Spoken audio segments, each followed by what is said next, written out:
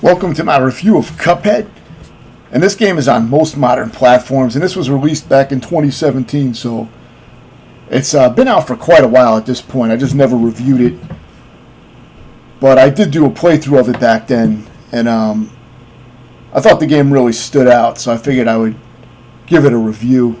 You know, it's been a while, so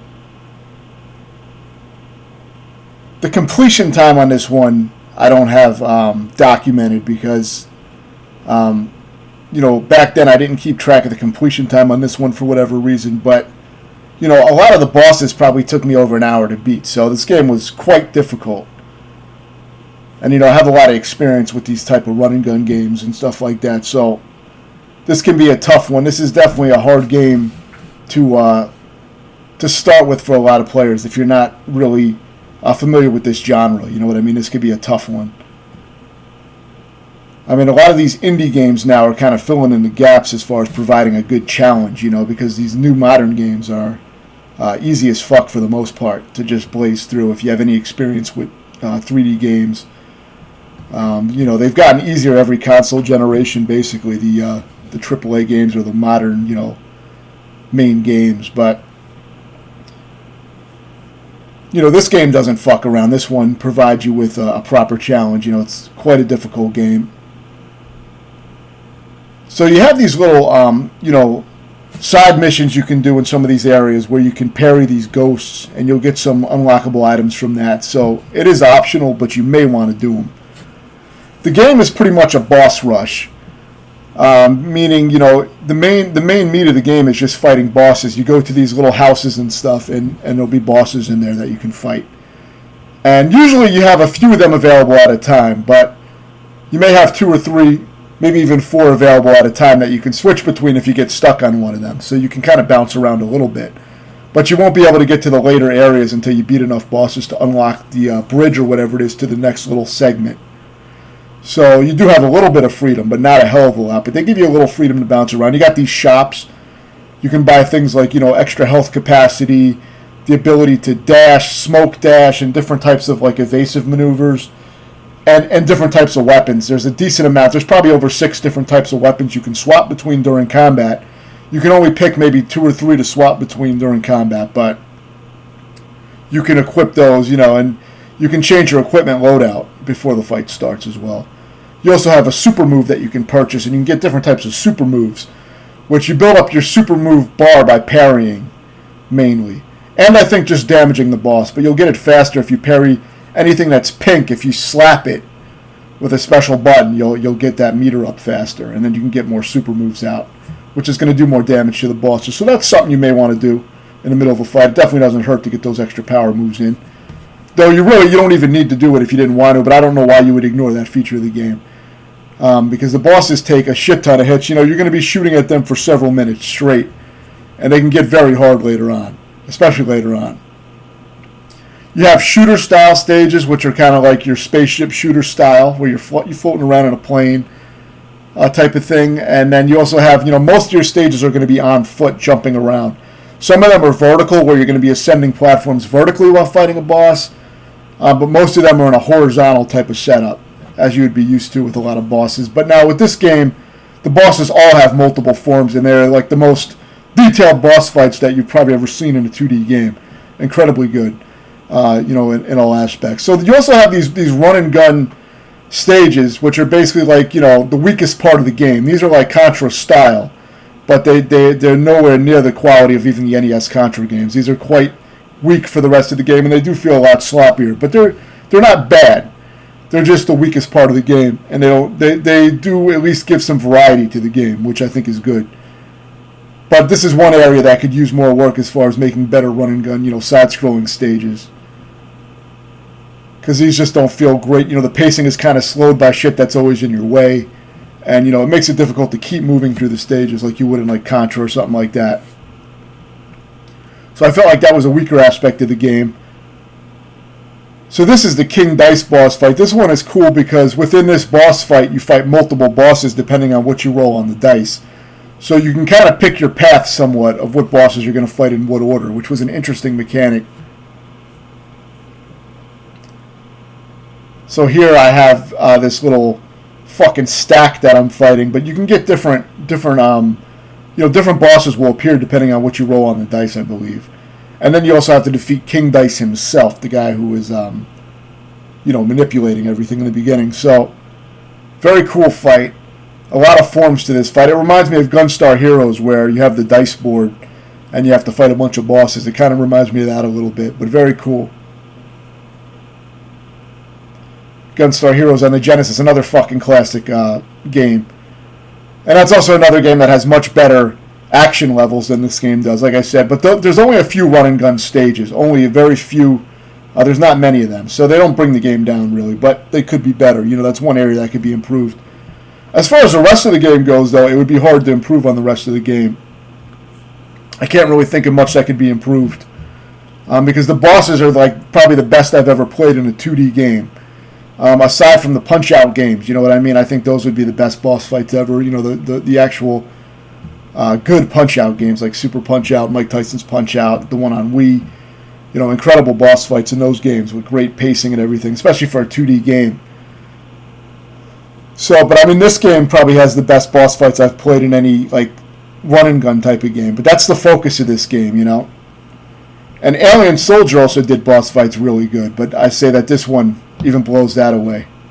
Because there's just multiple phases and everything, and just the way the game plays really, really clean.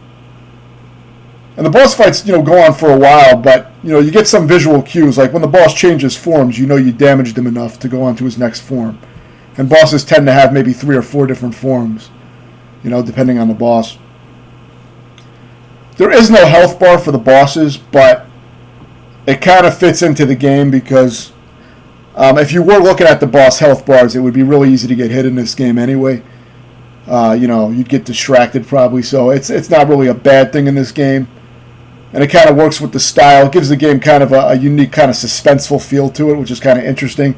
Most of the time I don't like when there's not a health bar on bosses, but I mean, for this game I think it works. But when you do die on the boss, you'll get to see a progress bar. Basically, it's like a health bar that shows how much of the boss's health you took out. You'll see Cuphead running along a line, and that will determine, if he's at the end of the line, then you were very close to beating the boss. So it gives you a little bit of an indicator with the form changes and the little indicator at the end when you die, but not during combat. But you can at least get an idea of how far you got, how close you were. So it kind of makes up for not having a health bar by doing that.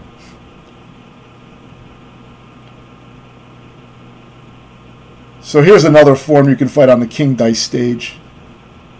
This one I glitched out. There's actually a way to glitch it out, but I think this was the only boss that I really glitched out. But you are able to glitch him out. There's a little trick to it that I detail in my playthrough. I didn't have commentary for my playthrough, unfortunately, because this was an older one before I got a mic.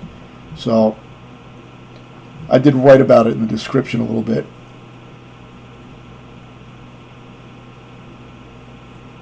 And these bosses aren't too tough. These little, optional bosses during the King Dice fight, depending on what the dice rolls on. I mean, you do have to beat them, but you can skip forms that you're not good at if you roll the dice properly. It takes a little skill to try to roll the dice to what you want it, but it is possible to get numbers that you want. But yeah, this game really, really, top-notch boss fights. Pretty much like the best that I've played in a 2D game, aside from, like I said, the Punch-Out games. But as far as a 2D side-scroller, I can't think of any boss fights that were better for that type of game. So that's really where the game excels. That's pretty much the main meat of the game, and that's where it's really strong. The different type of shot types and stuff make a big difference, and you'll be switching between them for different bosses. I don't know if they patched it out now, but there is also a way to you can quick swap between 2 different weapons by mashing the bumpers and swapping your weapons out really fast. And that will actually do extra damage. So that was something I used somewhat, but it was a good way to do extra damage. But I don't know if that was ever patched. I haven't played this in a while. But yeah, when you defeat the boss, you get a little stats screen that tells you how well you did. You can get different rankings like S rank, A, and all this different stuff. I edited all that out, but And this is the final boss. And I don't show the whole fight, but just give you an idea. So basically, to sum it up, I would say this game is pretty much a boss rush type of game. You know, the presentation is awesome. It fits what they're trying to do. The old cartoon style fits it very well. But, you know, the music is forgettable to me because it's like that old 30s style music or whatever, which I'm, you know, not fucking into at all. But it does fit the game, so it works. It fits the atmosphere of the game, so I didn't have a problem with it.